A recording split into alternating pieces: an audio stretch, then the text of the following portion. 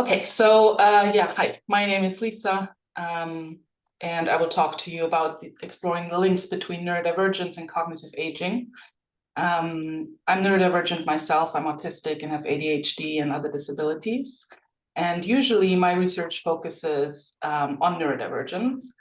So for this project, I teamed up with Darina to draw on her experience, and we offered this project that I will present today to fourth year medical students as an independent research project who did most of the work on this. All right, so just to talk with you about the terminology that I'm about to use today. When we talk about neurodiversity, we just talk about the fact that all brains are different. A brain from a person that has dementia is different from my brain. My brain as an autistic person is different from neurotypical brains. So that is just a feature of groups in the world. They're neurodiverse. When we talk about neurodivergence, we talk about those people who have different brains from the majority. So myself as a neurodivergent person, I'm neurodivergent because my brain differs substantially from those of the assumed majority in society. And these are the conditions that we usually consider as neurodivergences. Traditionally, these were described as neurodevelopmental disorders. I work from a neurodivergence affirmative perspective, which means that in our work, we acknowledge that the traditional diagnostic criteria for autism, ADHD, and so on really look at a dysregulated, not well-supported neurodivergent person. And we acknowledge that with the right support for our types of brains, we can actually lead quite good lives and are not inherently disordered and in need of intervention. So one question that a lot of people are asking is, do all the kids want to be neurodivergent these days? It seems to be kind of a trend, especially on social media, but it's really unclear how many people are actually neurodivergent. The official numbers are that about 2% of the population are autistic and roughly 8% have ADHD.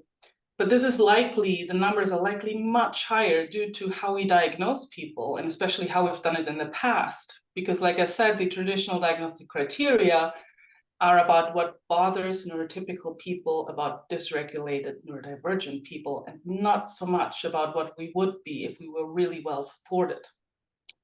Plus, the diagnostic criteria are biased towards white males, and so we often don't recognize signs of neurodivergence in females, in people from ethnic minorities. So we can assume that this number is likely much higher than the 2 or 8% that we often are presented with.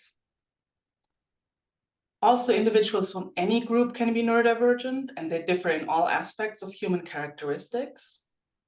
And what is also important in the context of my talk is that older individuals are less likely to be diagnosed because the diagnostic criteria were even more strict back then, and especially if they're not white male or have a classic presentation.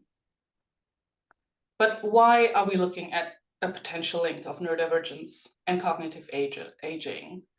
There are some studies which show that autistic and ADHDers are more likely to be diagnosed with dementia. And neurodivergence often comes out or is detected, if it's not detected in childhood, at a time of transition. So for people female assigned at birth, that might be pregnancy or menopause, or for anyone, it might be retirement or ill physical health, especially in higher age.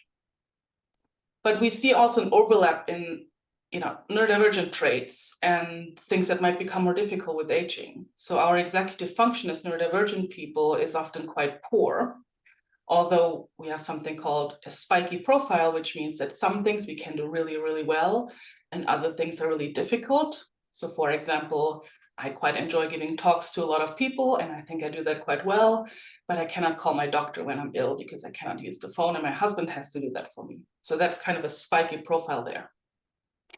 And these things we know also become more difficult with ongoing cognitive age.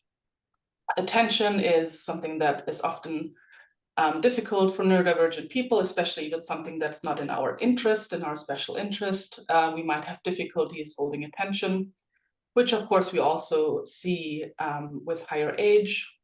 It might be difficult for us to have social relationships, or we might just have different patterns of engaging socially.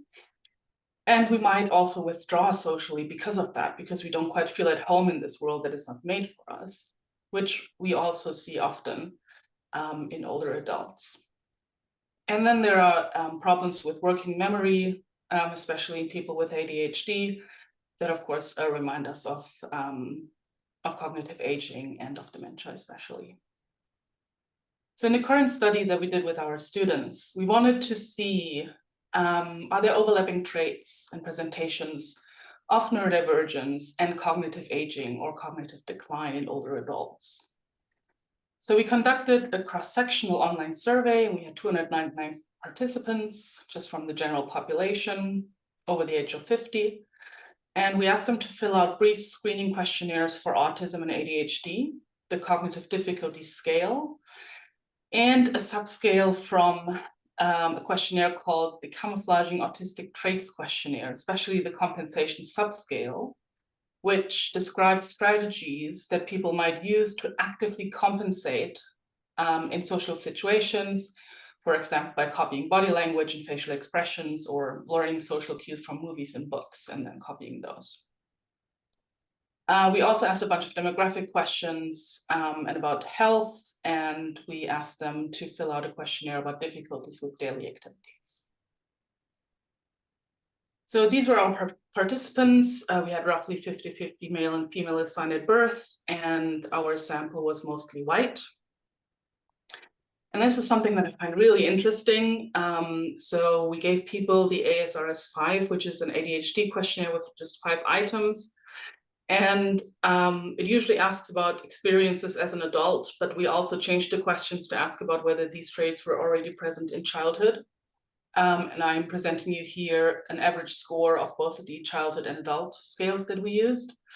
So we have roughly 5.35% who met criteria for likely having ADHD on this screening tool, which is a bit less than what we would expect in the general population. But for autism, on the RADS14, we had 22% who met criteria, which indicates likely autism. Of course, this cannot replace an actual diagnosis. But I think it's interesting to see, and I will say a bit more about why this might be in a second.